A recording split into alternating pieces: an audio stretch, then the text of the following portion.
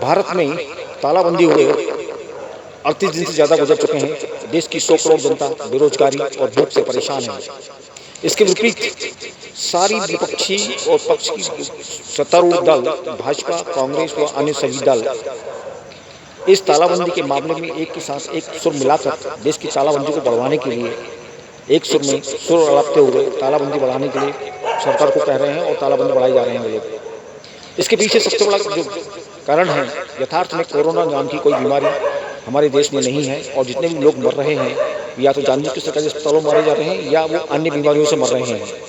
यह सब सारा कांड और ये पाखंड जो रचा गया है वो केवल पूंजीपतियों के इस फसलों के मौसम में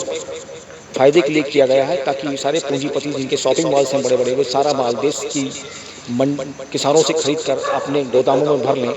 और वे उसके बाद में उसको अपनी मनमानी कीमतों पर अगले साल में पूरे बैच कर सारी वसूली करते रहें जनता से। इसके लिए सरकार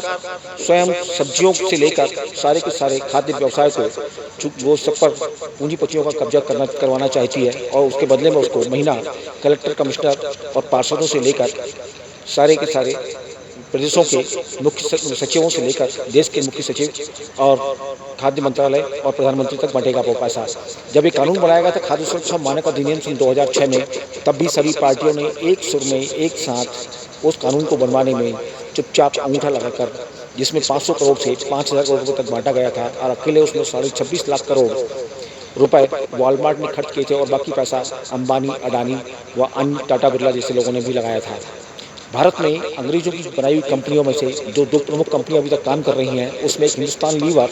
और दूसरा इंडियन टोबैको कंपनी आज भी आज़ादी के बाद भी 70 साल में देश के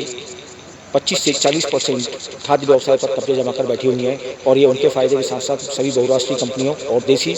पूंजीपतियों के लाभ के लिए ये तालाबंदी की गई है। देश की 100 करोड़ जनता भूख से मर रही है, उसकी चिंता किसी को नहीं है। यहाँ पर कानून बनवाए इसलिए गए थे सन 2006 में कि ताकि किसी न किसी प्रकार से सारा का सारा खाद्य व्यवसाय के ऊपर कब्जा इन बहुराष्ट्रीय कंपनियों का हो जाए और सारा खाद्य व्यवसाय इन बहुराष्ट्रीय कंपनियों को शॉपिंग मॉल से चले और वे वहाँ पर उसको ऑनलाइन या ऑफलाइन बेचकर अपनी मनमानी कीमतों पर बेचकर जनता को लूटते रहे। और इसी कारण इस तालाबंदी से देश परेशान हो रहा है और जनता भूख से मर रही है, उसकी किसी को कोई चिंता नहीं हो रही है। वे सब एक सुर में तालाबंदी बढ़ाने के पक्ष में तैयार नजर आ रहे हैं। इसको समझे जनता। Thank you.